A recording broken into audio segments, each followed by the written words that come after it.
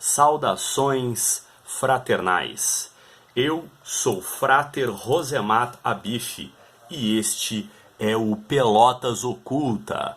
No vídeo de hoje falaremos sobre os anjos na Cabala. Peço que você deixe seu like, se inscreva em nosso canal e acesse www.ocultismopel.wordpress.com. No judaísmo e na Cabala, os anjos, no hebraico no singular é malach e no plural é malachim, são seres sobrenaturais que aparecem em todo o Tanar, a Bíblia, literatura rabínica, apócrifos e pseudepígrafe e liturgia tradicional judaica. Eles são classificados em diferentes hierarquias e agem como mensageiros de Deus, enviados angélicos ou agentes gerais de Deus. Sua essência é frequentemente associada ao fogo. O Talmud descreve sua essência como fogo. O hebraico malach é a palavra padrão para mensageiro, humano e divino. No Tanar, Bíblia hebraica, embora raramente seja usado para mensageiros humanos no hebraico moderno, pois este último é geralmente indicado pelo termo shaliá. O substantivo deriva da raiz consonantal verbal LK, Lamed Aleph Dalet, que significa especificamente enviar com uma mensagem, e com o tempo foi substituído por shaliá, mais aplicável no hebraico bíblico. Essa raiz é atestada apenas neste substantivo e no substantivo melahá, que significa trabalho, ocupação ou artesanato. A estrutura morfológica da palavra malach sugere que é a forma maktal da raiz que indica a ferramenta ou o meio de executá-la. O termo malach, portanto, simplesmente significa aquele que é enviado, frequentemente traduzido como mensageiro, quando aplicado aos seres humanos. Por exemplo, malach é a raiz do nome do profeta Malaquias, cujo nome significa meu mensageiro. No hebraico moderno, malach é a palavra geral para anjo. Também está relacionado às palavras para anjo em árabe, malak, aramaico e etíope. O Tanar relata que os anjos apareceram para cada um dos patriarcas, para Moisés, Josué, várias outras figuras. Aparecem a Agar em Gênesis 16:9, a Ló em Gênesis 19:1 e a Abraão em Gênesis 22:11. Sobem e descem a escada de Jacó em Gênesis 28:12 e aparecem novamente a Jacó em Gênesis 31:11-13. Deus promete enviar um a Moisés em Êxodo 33:2 e envia alguém para ficar no caminho de Balaão em Números 22:31. Isaías fala de Malach Panav, o anjo da presença. Em toda a aflição deles, ele foi atormentado, e o anjo da sua presença o salvou. Em seu amor e em sua piedade ele os redimiu, e os levou todos os dias da antiguidade. Isaías 63:9.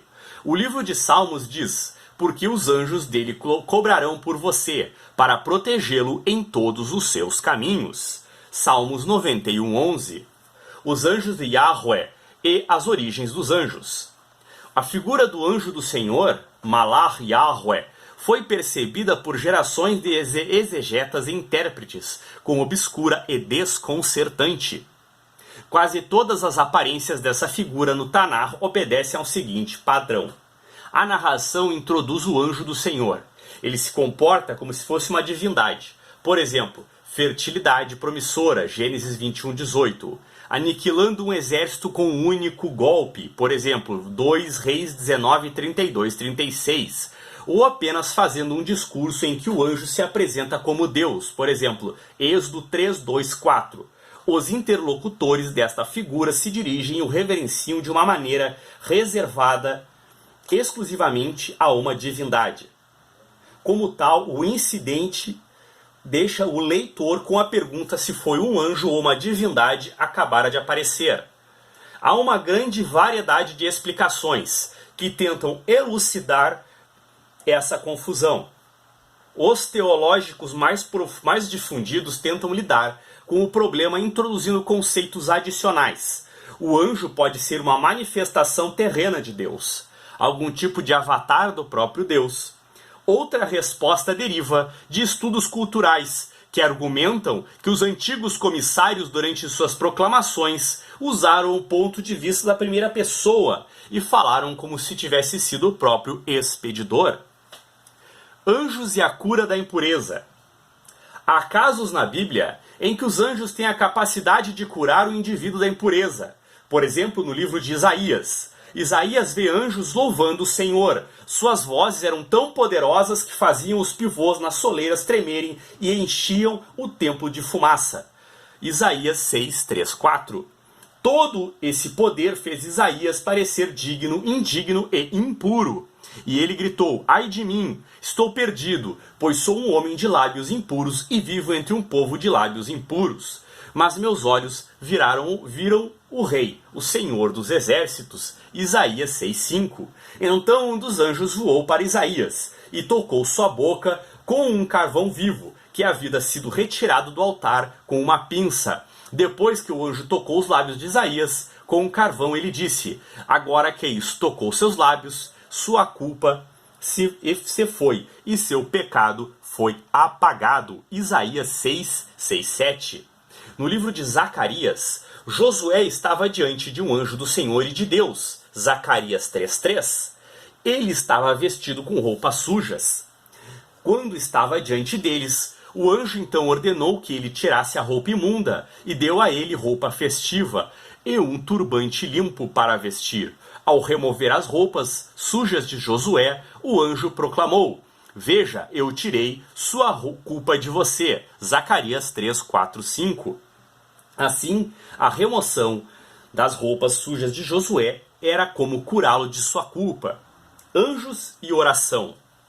No livro de Zacarias, Zacarias ouve do Senhor que estava zangado com seus antepassados devido às suas más ações. Ele prometeu a eles que se eles retornassem a ele, ele retornaria a eles. Então o anjo do Senhor orou ao Senhor e disse: ó Senhor dos exércitos, Adonai Tsevaot, por quanto tempo reterás a misericórdia de Jerusalém e das cidades de Judá, com as quais você está zangado há 70 anos? Assim o anjo do Senhor orou a Deus para pedir pelo povo. Zacarias 1:12. Anjos como guerreiros. Na Bíblia existem algumas referências a anjos que atuam como guerreiros, os protetores de tudo o que é bom. Uma dessas referências é o livro de Daniel, que contém 4 visões apocalípticas. No entanto, em Daniel 10:13, faz referência a uma espécie de batalha entre o príncipe do reino da Pérsia e o falante que se acredita ser Gabriel. Gabriel, o anjo Gabriel, diz a Daniel que o chefe dos príncipes, o chefe dos anjos príncipes, Mihael, o ajudou na oposição que ele estava enfrentando do príncipe do reino da Pérsia. Assim, ambos os anjos estão agindo como guerreiros, pelo bem, contra a má posição do príncipe do reino da Pérsia. Além disso, em Daniel 12:1, o orador Gabriel diz que o anjo Miguel, ou Mihael, ou Micael, é o protetor do povo de Israel. É um grande príncipe. Os anjos como mensageiros. Em muitas passagens do Tanar, os anjos são utilizados como mensageiros. De fato, não há equivalente hebraico específico para a palavra em inglês anjo, ou angel. Anjo parece ter a aparência de humanos comuns. Eles são tipicamente homens e, ao contrário dos serafins, não têm asas. A presença de um mensageiro angélico versus um mensageiro humano deve ser determinada pelo contexto da passagem bíblica. Independentemente disso, os anjos mensageiros são uma parte muito importante para preservar e fortalecer o vínculo, bem como a distância necessária de Deus com os seres humanos.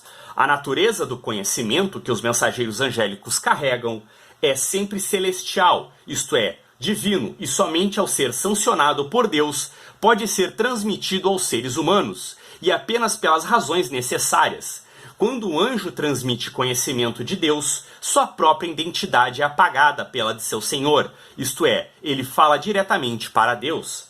Exemplos desse papel podem ser vistos em numerosas passagens famosas da Bíblia hebraica, incluindo os 3 homens misteriosos na história de Avraham e a destruição de Sodoma em Gênesis 18:1, 19 e 23. Bem como o anjo que informa a mãe de Shinshon, de Sansão, da natureza do bebê que ela carrega, em Juízes 13, 3:5. Nestes exemplos, os anjos estão disfarçados, suas identidades sem importância em relação à magnitude celestial do conhecimento que possuem. Eles são totalmente definidos pelos seus empregos na Terra. Anjos como professores na literatura apocalíptica judaica.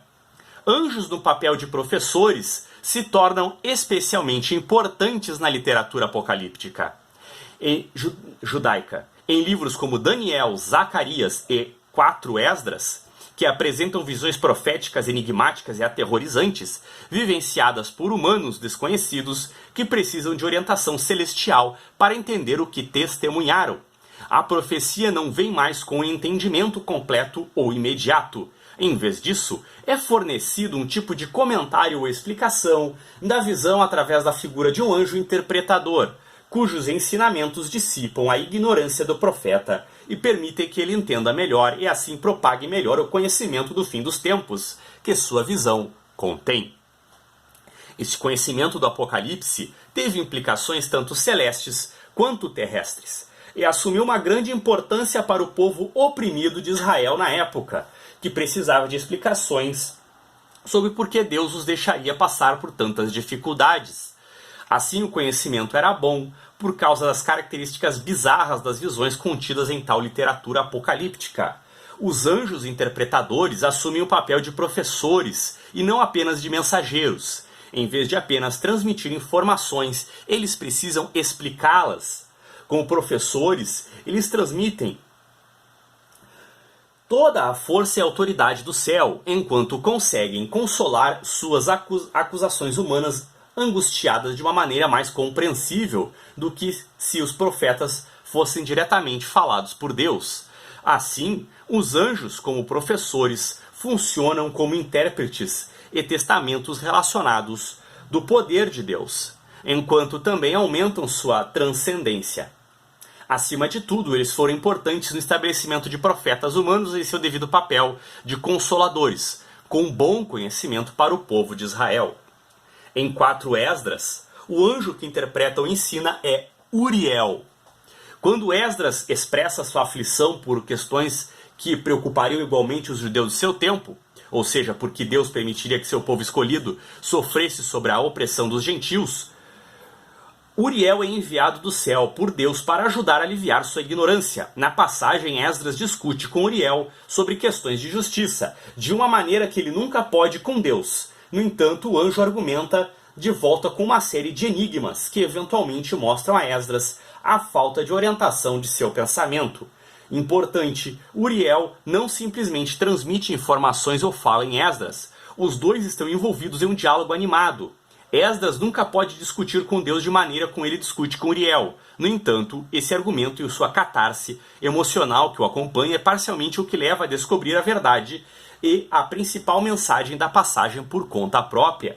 Em Daniel, os anjos também assumem o papel de intérpretes e professores, principalmente suas habilidades para explicar visões a respeito do Eschaton e ajudar os profetas humanos a desvendar o conhecimento dele.